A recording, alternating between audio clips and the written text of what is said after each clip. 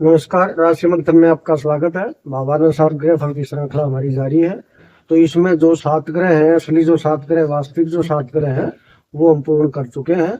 आज हम छाया ग्रह की जो है श्री समझ लो राहु केतु की, वो हम लेके आए हैं। तो आज उन दोनों में से राहु जो है उसके ऊपर हम चर्चा करेंगे।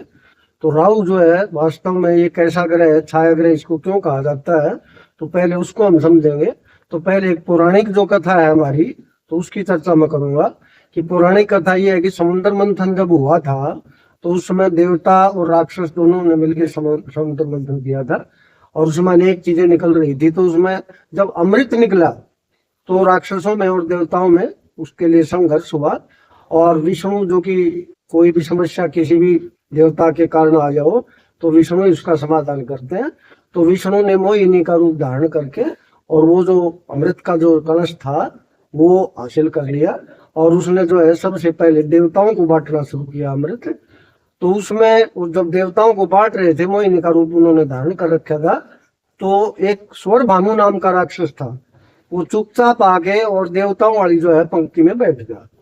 और जब मोहिनी के रूप में विष्णु जी वो बांट रहे थे, बांटते बांटते और उसको भी दे दिया, यानी वो उसकी पहचान में, विष्णु जी की पहचान में भी वो नहीं आया, और उसने भी जो है वो अमृत पी लिया। लेकिन सूर्य और चंद्रमा जो है उनकी जो नजर है उसके ऊपर पड़ गई, और उन्होंने विष्णु जी से शिकायत की कि भाई ये तो राक्षस है और इसने तो अमृत पी लिया। तो उन्होंने अपने सुदर्शन चक्र से और उसके जो है सिर और धड़ जो है वो दोनों अलग कर दिए थे, और उसमें जो सिर था उसको राहु का नाम दिया गया, और जो धड़ था उसको केतु का नाम दिया गया।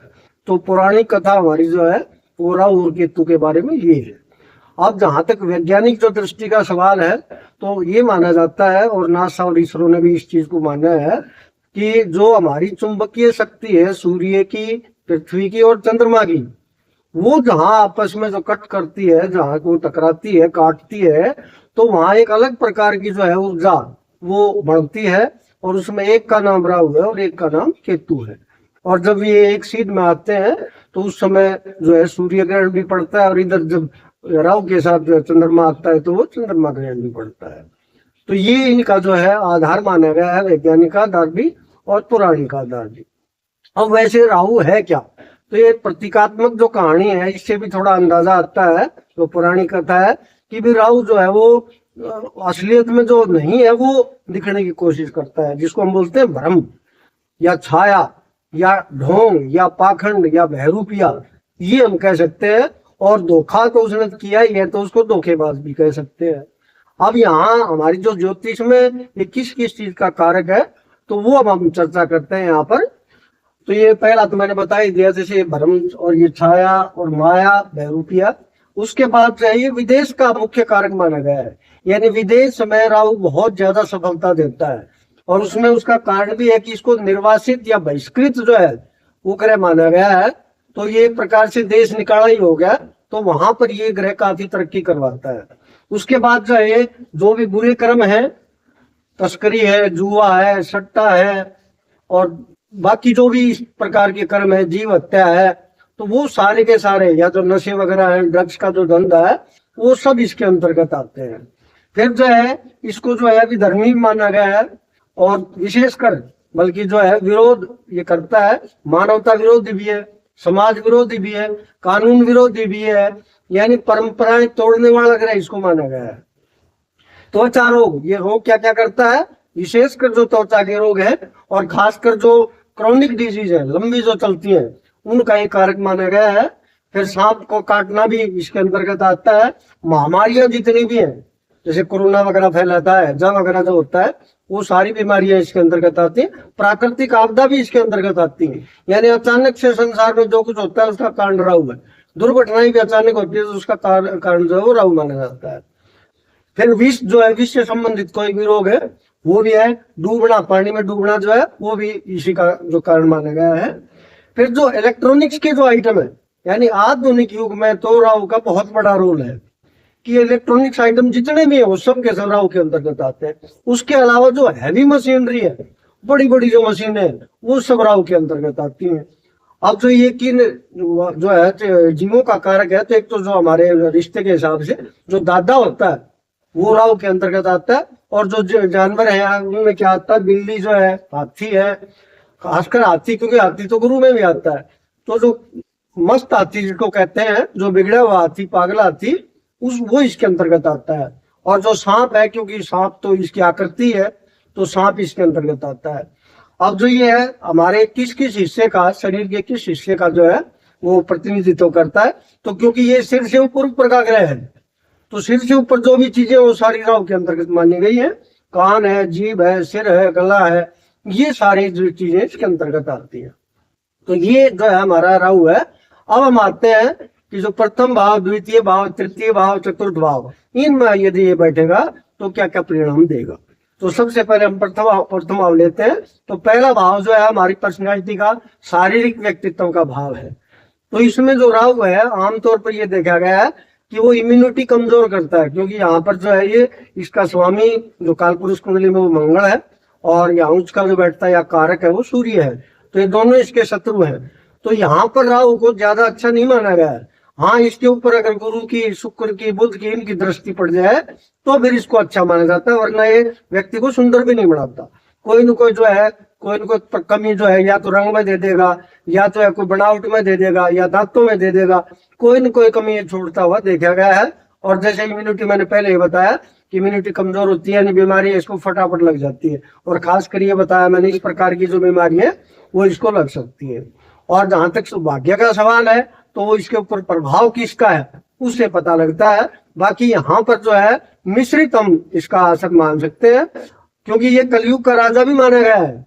अगर यहाँ अच्छा प्रभाव है तो ये सूर्य से भी अच्छा असर दे देता है कई बार। लेकिन असली चीज है कि प्रभाव किसका है इसके ऊपर, मंगल का या शनि वगैरह का प्रभाव आ जाता है तो थोड़ी दिक्कतें करता है। अब आते हैं हम दूसरे भाव के ऊपर। तो दूसरा भाव जो है हमारा वो कुटुंब का भाव है, वाणी का भाव है, भोजन का भाव है, और जो हमारा संचित धन है उसका भाव है, संस्कारों का भाव है। तो यहाँ भी राहु को जो है अच्छा नहीं माना गया है।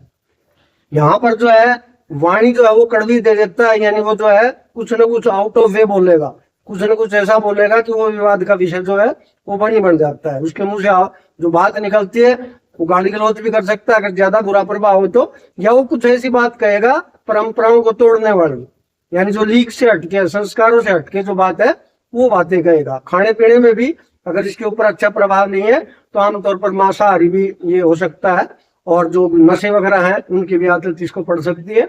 और जहां तक धन संचय का सवाल है तो धन संचय में भी इसको ज्यादा अच्छा नहीं माना गया है कि ये खर्चा कोई न कोई ये करवाता ही रहता है।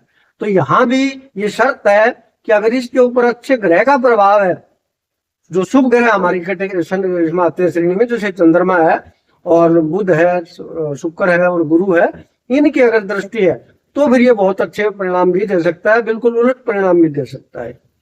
अब आते हैं हम तीसरे भाव के ऊपर। तो जैसे शनि हमारा उच्च भाव में बहुत अच्छा परिणाम देता है, वैसे ही राहु का नियम है। यहाँ तीसरे में, छठे में, 10वें में और 11वें में राहु बहुत ही अच्छे परिणाम देता है।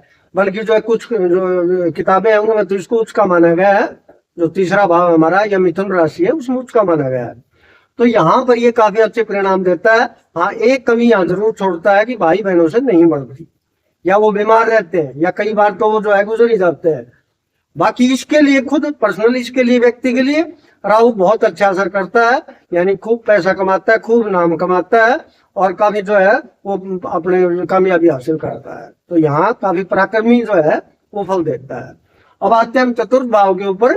तो चतुर्थ भाव क्योंकि कालपुरुष कुंडली में चंद्रमा का है, तो चंद्रमा जो है इसका शत्रु है, तो यहाँ भी वो अच्छे परिणाम जो राहु देता नहीं देखा गया। वो चंद्रमा की बीमारियां करता है, खांसी, जुकाम, निमोनिया, इस प्रकार की, और घर की शांति भंग रखता है, या तो इसके कारण शांति भंग या इसके परिवार वाले इसकी शांति भंग रखते हैं।